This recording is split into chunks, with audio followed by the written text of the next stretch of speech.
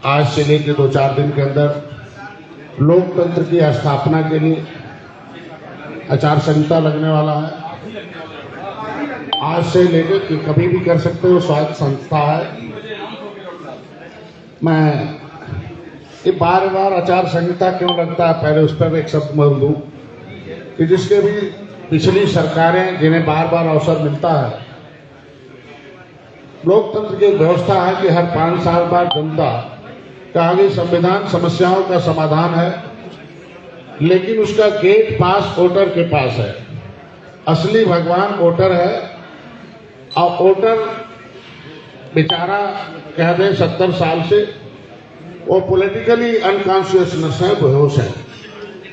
पिछली सरकारों के कुछ ऐसे कुकृत्य रहे हैं कि वोटरों को कैसे और बेहोश किया जा, शिक्षा, बेरोजगारी से, लाचारी से या पैसे से उन्हें लालच देकर, पौआ पिलाकर, पॉलिटिकली बेहोश करके उनसे उस लोकतंत्र के उस विधानसभा में जो संविधान के तहत जो समस्याओं का समाधान था उसकी चाबी लेकर कुछ लोग जो उनके पॉलिटिकल पार्टनर हुआ करते थे वो तो सफल हो गए, लेकिन इस देश की 90% जो आबादी थी वो निर्बल हो गई। और इसलिए निर्बल इंडियन सोर्सेस हमारा आमदल का स्थापना इसीलिए करना पड़ा कि पॉलिटिकली रूप से जो बेहोश लोग हैं, मैंने प्रोग्राम बनाया रीच द वोटर, कि वोटर के पास जाना है, उन्हें ट्रीट द वोटर, उन्हें होश में लाना है और फिर उन्हें टीच द वोटर, उन्हें लोकतंत्र की सही भाषा पढ़ाना है और फिर सही जगह वोट वो डाल सके, उन्हें स्वतंत्र रूप से उन्हें समझाना है। इसके लिए हम लोगों ने प्रोग्राम बनाया educate the educated person about the politics. मैं 13 जनवरी 2013 को मैंने संकल्प लिया था। 13 जनवरी इस 2021 का संकल्प दिवस।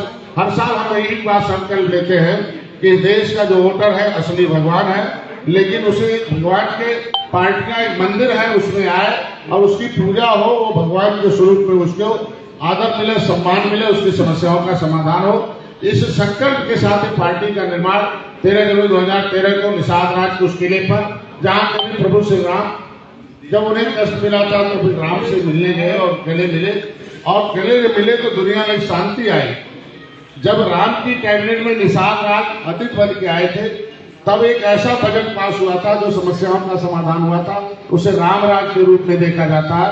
उस समय हर समाज के लोगों के पास वैभव था, शिक्षा, स्वास्थ्य, रोजगार सारे थे, घर में ताले नहीं लगते थे। इसके मतलब सभी लोगों को समान रूप से उस समय समाजवाद असली था जब निषाद राज और राम के साथ मिलकर उन्होंने बजट बनाया था।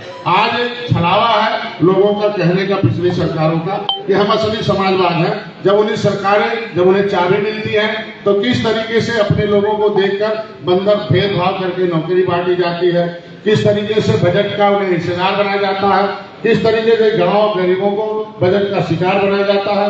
उसके लिए आज मैं जो देश का सर्वोच्च संस्था है जो चुनाव है, मैं उसे बधाई दूंगा कि लोकतंत्र में जो जगह जो हमारे लोगों ने देश को आजाद कराने में, पहले राजनीति बनाते थे उसे राजनीति कहते थे, अब लोकतंत्र में व्यवस्था हुई। लोगों ने कहा नहीं, अब पब्लिक वोट डालेगा, उसका एक प्रतिनिधित्व होगा, वो जाएगा, वो नीति बनाएगा।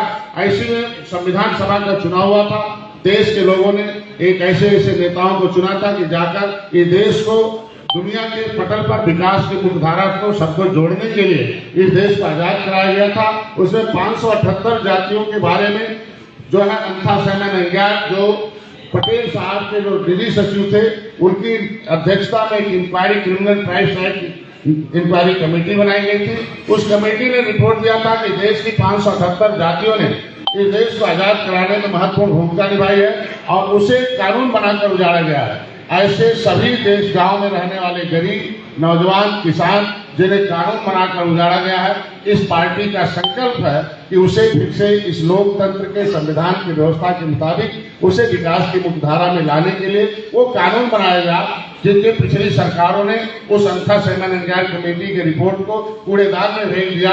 तो इन 578 जातियों ने जब जगह उन्हें होश आया कि हमारे पुरखों ने देश को आजाद कराया है, हम कानून से उजाड़े गए हैं, हमें भगवान ने नहीं गरीब बताया बल्कि उन कानून जो संविधान अंग्रेजों का था उससे गरीब बनाए, और देश का संविधान इसलिए बना हमारी गरीबी दूर हो जाए। तो आज की इस टीसी का मुख्य उद्देश्य है कि 13 जनवरी को आज फैजाबाद में, इलाहाबाद हो चुका, गोरखपुर हो चुका, और क्षेत्रों में हो चुका। 13 जनवरी 2021 का संकल्प दिवस फैजाबाद के उस ऐतिहासिक जगह पर जहां कभी एक गुरुकुल हुआ करता था, एक गुरुकुल, हर गुरुकुल में एक कुल के लोग पढ़ते थे, लेकिन अयोध्या में एक ऐसा गुरुकुल था जिसमें 2 कुल के लोग पढ़ते थे, एक रघुकुल और एक निषाद राज कुल के, जिस रामराज आया था उसमें फिर से पूरे प्रदेश के निषाद पार्टी के, निर्बल इंडियन शोषित हमारा आंदोलन के सभी कार्यकर्ता उस गुरुकुल में पढ़ने आ रहे हैं कि फिर से ऐसी राजनीति हो, ऐसा लोकतंत्र की स्थापना जो हुई है उसकी फिर से ऐसे लोग चुन के जाए उत्तर प्रदेश की अदालत में, जहां से उस संविधान के पूरे पन्ने को सभी जाति, सभी धर्म, सभी वर्गों के लिए चुना जा सके। तो आज के पीछे में वो 13 जनवरी का जो मेरा अयोध्या का कार्यक्रम है, अब जिस तरीके से होगा उस तरीके से संकल्प दिवस मनाया जाएगा। दूसरा मुख्य मुद्दा है कि निषाद पार्टी के ऊपर तमाम ऐसी पार्टियां हैं जो कहते हैं कि वो कहावत है कि ये बोले तो बोले जिसके 72 छेद हो, ऐसे लोगों के मुंह से शोभा नहीं देता है कि अगर आरक्षण नहीं तो वोट नहीं, आरक्षण नहीं तो वोट नहीं, निषादों के साथ ऐसा होगा। तो मैं इस सीसी के माध्यम से अपने इस समुदाय में 578 जातियां उन्हें हम एक आगाह करता हूं कि इनके कांग्रेस के विश्वासघात को मत भूलो कि जिन्होंने तुम्हारी फाइल को गायब करा दी। उस अंथा से मैंने अंगेर कमेटी की रिपोर्ट को कूड़ेदान में डाल दिया। 8 घंटे 16 मिनट बहस कराया था, वीरा कुमारी ने उसको कूड़ेदान में डाल दिया। भारत समाजवादी पार्टी ने ऐसा काम किया कि आरक्षण के मुद्दे पर मैं एक आवाज उठा रहा था। संत कबीर नगर में कसरवल में रेल पर जो केंद्र सरकार की जमीन होती है, वहाँ उत्तर प्रदेश सरकार ने 1 घंटे के अंदर गोली चलवा दी, मेरा भाई मारा गया, 37 लोग जेल में गए, पिटाई हुई, 302 का फर्जी मुकदमे दाखिल हुए। संत कबीर नगर की महिलाओं के ऊपर तांडव हुआ, नंगे नाच करके उन्हें नंगा करके पीटा गया, बच्चों को कान बहरे हो गए, उन्हें 1 महीना खाने नहीं दिया गया। आज आरक्षण की आवाज उठाने पर 60 गाड़ियां हमारी जला दी गई। 1 साल तक हम लोग इस तरीके से बदल रहे हैं, तो आज उनकी जुबान से शोभा नहीं देता है कि आरक्षण नहीं तो वोट नहीं। जब उनके देश में 30 साल से हुकूमत थी सपा और बसपा की, तो इन जातियों के लिए तब नहीं याद आया आरक्षण की हम देंगे, आज नहीं याद आया निषाद राज का हम मूर्ति लगाएंगे, तब नहीं याद आया फूलन देवी की मूर्ति लगाएंगे। सब बहुजन समाज पार्टी किस मुंह से कहती है कि हम सबका साथ सबका विकास, सब जो है जिसकी जितनी संख्या भारी। जब हमारे लोग आरक्षण की आवाज उठाते थे पार्टी से निकाल दिए जाते थे, और हम जैसे आरक्षण की बात आती हाई कोर्ट में स्टे ले लिया जाता है। आज सामाजिक न्याय समिति का रिपोर्ट कहता है कि 23% आरक्षण पर एक विशेष वर्ग का कब्जा है, 27% आरक्षण पर एक विशेष वर्ग का कब्जा है। तो मैं चाहता हूं कि ऐसी पिछली सरकारों के मुंह से ये बातें शोभा नहीं देती हैं। उन्होंने अपने अहिर रेजिमेंट की बात की थी, तो कभी क्या सदन में आवाज उठाई? डिम्पल जी नहीं कभी सदन में आवाज उठाई? जो अपने समाज के रेजिमेंट की बात किया हो उसको कभी सदन में आवाज नहीं उठाया हो? दिसंबर के आरक्षण की आवाज उठाते हैं सदन में, समाजवादी पार्टी के सारे सांसद आरक्षण के मुद्दे पर बाइकाट करके बाहर आ जाते, विरोध करते हैं।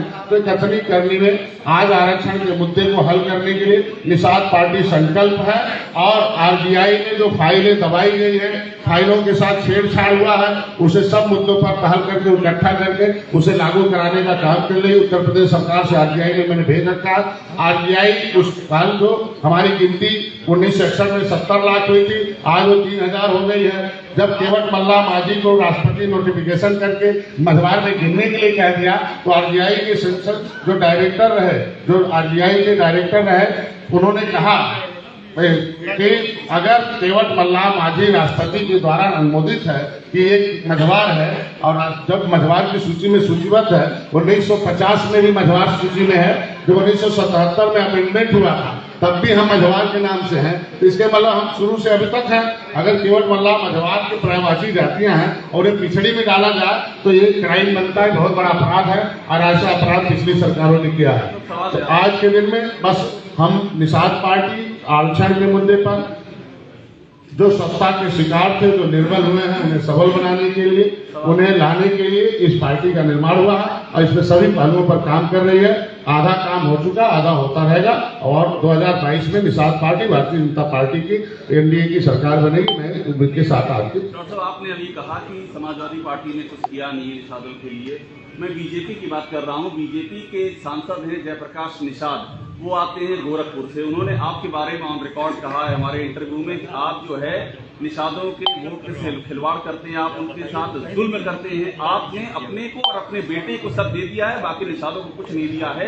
ये आपका उन्होंने परिचय ऑन रिकॉर्ड इंटरव्यू में दिया है आपने सहयोगी पार्टी के साथ। जिसका जन्म हाथी से हुआ हो और वो आज पूछे कि क्या हुआ है, हम किसी का जवाब नहीं देते। तो एक उदाहरण है कि अगर किसी इंसान को कुत्ता काट ले तो इंसान कुत्ते को नहीं काटता। आगे का सवाल जो हो अब जो भी आप समझ सकते हैं, दुनिया समझती है। मैं कह रहा हूँ आज के दिन में समाज का हित हो, उस पर बात करिए। निषाद पार्टी समाज हित में काम कर रही है। पूरा परिवार 24 घंटे संघर्ष कर रहा है, जेल गए हैं, काम कर रहे हैं। हमारा काम बोलता है, हमारा संघर्ष बोल रहा है, तब हमारा समाज मेरे साथ है। किसी की जुबान से, किसी के काम से नहीं है। जो आज के दिन में किसी स्कूल में रेस चलता, सभी लोग दौड़ते हैं। जो आगे दौड़ में निकल जाता है उसको इनाम मिलता है और सभी लोग उसका सहयोग करते हैं। बहुत लोग आए, बहुत नेता आए, बहुत पार्टियां आए। निषाद पार्टी डॉक्टर संजय दौड़ में सबसे आगे निकल गए और उनका सबका सहयोग की अपेक्षा होती है। डिप्टी सीएम का सपना छोड़ दिया आपने? डिप्टी सीएम बनने का सपना जो था आपका, डॉक्टर साहब, डिप्टी सीएम बनने का सपना जो आपका था? नहीं, सपने सब पूरे होंगे, धीरे धीरे होते हैं। शायद 70 साल में 7 साल 70 साल में जो नहीं दिखा होगा निषादों के लिए, आज सारी पार्टियां निषाद चिल्ला रही हैं। उन्हें पद दे रही हैं, लालच दे रही हैं, तोड़ फोड़ कर रही हैं। कभी तो निषाद नहीं याद आते थे, न निषाद राज याद आते थे, न निषाद नेता याद आते थे, निषाद वोट नहीं आता था। आज मैं मीडिया को धन्यवाद दूंगा कि हमारे वोट बैंक को, हमारे समाज की जो गरीबी है, जो हमारी एकजुटता है, उसका प्रदर्शन, उसका जो भी है आपने दिखाया, जिसका आज के दिन में रिजल्ट है। डिप्टी सीएम निश्चित रूप से आज के दिन में भारतीय निषाद पार्टी ने, कोई पार्टी जो गठन होता है अपने नेता को शीर्ष पद पर देखना चाहता है, क्योंकि आज धारा 370 तब खत्म हुई जब भारतीय जनता पार्टी के पास पावर आया। आज राम मंदिर तभी बना जब भारतीय जनता पार्टी के पास पावर आया। आज निषाद पार्टी भी पावर में जाकर इसका जो वादा किया है समाज को, अपने जो निर्बलों को वादा किया, उसे सबल बनाने के लिए उस शीर्ष कुछ पद पर पहुंचना अनिवार्य है। डिप्टी सीएम बनना अनिवार्य है। नहीं, मैं चाहता नहीं, और भी पद हैं। हम कहते ये मेरे समाज का सुझाव था। ये काम तय करना भारतीय जनता पार्टी का रहा। हम लोग तो अपने आरक्षण के मुद्दे पर अभी भी तटस्थ है, अपने हिस्से पर तटस्थ है, इनको विकास की मुख्यधारा में लाने के लिए तटस्थ है। और निर्मल इंडियन सोसाइटी हमारा आम दल जो 150 सीटें 160 सीटें तैयार कर रखा, उसकी जिम्मेदारी है, उसमें हमारा वो एक जगह है। 2017 में चुनाव लड़ा, आपने देख रखा होगा कि सपा बसपा का 30 साल का क्या हासिल हुआ। 2019 में सपा बसपा और एलडी एक साथ हो गई, डॉक्टर संजय मोदी के साथ हो गए। आज बसपा अलग हो गई है। आप रोड का सिनेरियो देख सकते हैं कि 2022 का चुनाव एनडीए के साथ है, डॉक्टर संजय के साथ है। 2022 के चुनाव किस नजरिए से देख रहे हैं? आपकी मांगे थी वो कहीं ना कहीं अभी भी वहीं पे अटकी हुई है। देखिए, मेरे मांग भारतीय जनता पार्टी, देखिए भारतीय जनता पार्टी के मुद्दे में शामिल है। मांगे जो होती हैं, आज 70 साल से और सरकार ने तो नहीं दिया। रिटायर्ड तो जज हो गए, लेकिन कलम तो नहीं चलाए ना। भारतीय जनता पार्टी अभी जज, दिल्ली में जज है, उत्तर प्रदेश में फिर 2000।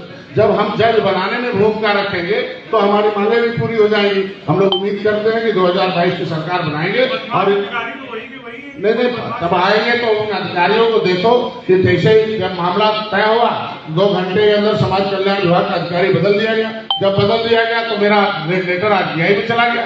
तो जब हम लोग आएंगे पावर में तो अधिकारी भी सहयोग करेंगे। सर, आप तो उम्मीद पे चले आ रहे हैं, कब तक आपकी उम्मीदें? 70 साल से उम्मीद किया है, देश को आजाद कराया है, सबको गद्दी पर बैठाया। कहीं नहीं कर सकता कि निषादों ने वोट नहीं दिया है। कांग्रेस को भी याद आ जा रहा है कि प्रियंका जी कहती है निषादों को हम देंगे, इसका मतलब दिया नहीं ना।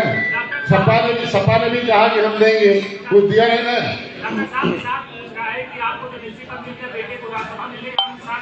निषाद समाज को इतिहास दे दिया, निषाद समाज को जगा कर दे दिया कि तुम्हारे वोट में ताकत है, कि जिसने तुम्हारे साथ विश्वासघात किया है पिछले साले उसे मत भूलो, उसका जवाब लेना। कितनी विश्वासघात किया था समाजवादी पार्टी ने 2000 जब उनकी सरकार थी तो फाइल वापस करा दिया, ऐसा मझवार शब्द को हटा दिया। मैं कहता हूं कि बहुजन समाज पार्टी इसके लेती थी। आज हमारा समाज निषाद पार्टी के इतिहास जो कैडर है 13 किताबें लिख दिया है, निषाद राज का किला खोल के दे दिया है। आरक्षण के प्रमाण तो दस्तावेज थे डॉक्टर संजय ने, वो 21 दस्तावेज भी लाकर दे दिया है। आज उस दस्तावेज की लड़ाई लड़ रहे हैं और उन्हें दस्तावेज मिल गया है। उनको विश्वास है डॉक्टर संजय ने अगर प्रमाण इकट्ठे किए हैं तो प्रमाण पत्र दिलाएंगे। मेरे साथ समाज है। प्रमाण तो ठीक है निषाद जी, विकास कितना हुआ उनको लेके, कितनी नौकरियां मिली उन लोगों को? मीडिया हाँ ठीक है, नीचे चले जाइए। ऐसा कभी मैंने नहीं कहा कि चुनाव आरक्षण से पहले मिल जाएगा। कभी हमारा यही डिबेट हो तो बताओ, आरक्षण डॉक्टर संजय दिलाएंगे। निषाद पार्टी का मुद्दा आरक्षण को लागू कराएगी। संविधान में लिखा हुआ मजवार है, लागू होगा। जब हम सरकार में देंगे, सरकार में रहेंगे तभी लागू होगा, सरकार से बाहर रह के नहीं होगा। हमने सरकार सपा का लगाई, कुछ नहीं किया। बसपा का भी बनवाया, कुछ नहीं किया। कांग्रेस का बनवाया, कुछ नहीं किया। ये नहीं, ये तो अखिलेश जी का भाषा है, ये हमारे लोगों का है। ये अखिलेश जी का भाषा है कि आरक्षण नहीं हो। इसी तो कह रहा हूँ कि क्या उन्होंने कहा था कि हम अहिर रेजिमेंट बना देंगे, बनाया? क्या उन्होंने आवाज उठाई? लेकिन उनका देखिए, समय आने दीजिए, पहले चुनाव होने दीजिए और रिजल्ट अपने आप आएगा। देखिएगा किस तरीके का। निषाद पार्टी कितने सीटों पर लड़ेगी? निषाद पार्टी कितना सीट मिल रहा है? मैंने पहले बता दिया 2 दर्जन सीटों पर निषाद पार्टी लड़ेगी और निश्चित रूप से बहुत जल्दी उसकी घोषणा हो जाएगी कहाँ निषाद पार्टी लड़ेगी, कहाँ भर्ती। क्या करें? 24 सीटें बीजेपी आपको देने को तैयार हो गई, अपने आप से बोल रहे हैं आप तो? समय आएगा, कोई भी गठबंधन होता है तय होता रणनीति है। रणनीति को नीति के हिसाब से लागू होना पता चले, बहुत जल्दी पता चलेगा। क्या आप सभी किसने नहीं, क्या सपा ने गठबंधन कर दिया तो बता दिया कितनी सीटें मैंने दिया है। आप दूसरे से कंपेरिजन बहुत करते हैं, अपनी नहीं बताते। वो यूपी में 165 सीटों पर लोकतंत्र है, लोकतंत्र है, लोकतंत्र है। बस एक मिनट, लोकतंत्र है। पिछली बार 335 पार्टियां चुनाव लड़ी थी 2017 में, लेकिन निषाद पार्टी 333 पार्टियों का पता 5वीं पार्टी के रूप में निषाद पार्टी आई है। और 2019 में निषाद पार्टी ने दिखाया है, सपा बसपा RND एक हो गई। डॉक्टर संजय मोदी जी के साथ, निषाद पार्टी मोदी के साथ हो गई। एक ऐतिहासिक जीत हुआ। 2022 में देखिएगा। जयप्रकाश निषाद ये आरोप लगा रहे हैं कि आप MLC हो गए, बेटा MP हो गया, बाकी निषाद। मैं कहता हूँ 70 साल से मेरे निषाद पार्टी की वजह से वो आज राज्यसभा है। मैं उनसे पूछिएगा, जहाँ भी जाते हैं सभी लोग जानते हैं कि किसकी वजह से वो राज्यसभा है। और मैंने बता दिया कि मैं अपने, मेरे खून खानदान के सब लोग हैं, उनके खिलाफ मैं कुछ नहीं बोलना चाहता हूँ। मैं 1 मिनट, मैं निषाद पार्टी को खड़ा करके निषादों के लिए मेरा पूरा जीवन समर्पित है। आज के दिन में जिनकी रोजी रोटी छीनी गई है, मकान छीने गए हैं, जिनके परिवार के लोगों ने देश को आजाद कराया है, कानून बनाकर अंग्रेजों ने उजाड़ा था, उन्हें कानून बनाने का, कानून बनवाकर बसाने के लिए जो व्यवस्था उसे लागू कराने की निर्भर इंडियन सोसाइटी हमारा था, उस पर तटस्थ हूँ। मैं कहता हूँ आप नहीं, मैं कहता हूँ 2 जून की, मैं कहता हूँ कि 2 जून की रोटी किसकी है? 2 जून की रोटी जिसकी गायब किया है सपा बसपा कांग्रेस ने 70 साल से, उसके खिलाफ जंग छिड़ा हुआ है। और 2 जून की रोटी, कपड़े, मकान जो बर्बाद हुए अंग्रेजों ने किया, उसको बचा दिया, उसे लागू कराने के लिए। अच्छा, आपकी रैली में जो सवाल उठाया था निषादों ने, उस पर क्या कहेंगे? क्योंकि आप कह रहे हो कि मैंने कहा था मंच से आपको डिबेट पे आपको पता चल जाएगा। मैं बता रहा हूँ, उसी बात पर आइए। लेकिन पहले सुनिए, मैंने कहा था कि जब मैं पेशे से चिकित्सक था तब मैं राजनीति में नहीं आया था। इस समाज को के मुद्दे को सड़क से सदन तक माननीय योगी आदित्यनाथ उठाते थे और कई बार धरना भी दिए। 7 जून 2015 को रेल का सर्वल कांड हुआ था, मेरे साथ उन्होंने धरना दिया था, तब वो वकील थे। आज भारतीय जनता पार्टी जज है, कलम उन्हें चलाना है। तो मैंने इतना मांग किया था और जज है उत्तर प्रदेश, दिल्ली में जज है उत्तर प्रदेश में, काम अपना कर रहे हैं। उस दिन मैंने जब बोला तो उस दिन के 2 दिन के बाद लेटर RTI में चला गया। 70 साल से RTI को दबा रखा था, कम से कम RTI में काम। बहुत बढ़िया सवाल। आपने जब ये कहा था कि अखिलेश यादव पर रेड की टाइमिंग बहुत ही गलत है, बाद में पलट क्यों गया? पलट क्यों गया? पलट तो गए थे, पलट गए थे। लेकिन मैंने कहा कि जो भी टाइमिंग गलत बताया था, जो भी भ्रष्टाचार में लीन है उसके खिलाफ TV9 भारतवर्ष में आपने बोला था कि गलत उठाया, उस पर कार्रवाई होनी चाहिए। हम कहते हैं भ्रष्टाचारी के खिलाफ प्रशासन। नहीं निषाद जी, ये बात आपने कहा था टीवी9 भारतवर्ष पे कि गलत टाइमिंग है। पेश किया गया, मैंने इंटरव्यू लिया था। आपने बोला था आप पलटिए बात, भूलिए नहीं। भूल गया। करेंगे क्या आपने उस तोड़ मरोड़ तो किस आधार पे कहा था और बाद में पलट क्यों गया? देखिए, पहले आप निर्भरों की आवाज मत दबाइए। नहीं, बात अब पलट है, जिनकी रोटी पलट है। हो गई है उनकी आवाज को मत दबाइए। जिनके लोगों ने देश को आजाद कराया बस, है उनकी भैया, आवाज को मत दबाइए। जिनके लड़के आडियो खा लीजिए, बहुत हो जिनके गया। बाप ने ये देश को आजाद कराया वो आज के दिन में Thank you, sir. भीख मांग रहे हैं। उनको न शिक्षा न स्वास्थ्य है। झगड़ा रोड पर पौधा लगाया गया, वो बेहोश करके वोट टूटा जा रहा था। चलिए, उनकी ठीक है, आवाज ठीक। को थोड़ा बुलंद करिए ना। आज के दिन में उनकी हिस्सेदारी के लिए काम करिए। मैं बधाई दूंगा। सर 69,000 भर्ती के अभ्यर्थी परीक्षा नहीं दे पा रहे हैं, इन सब पे बात करेंगे। आज के दिन में बस हो गया।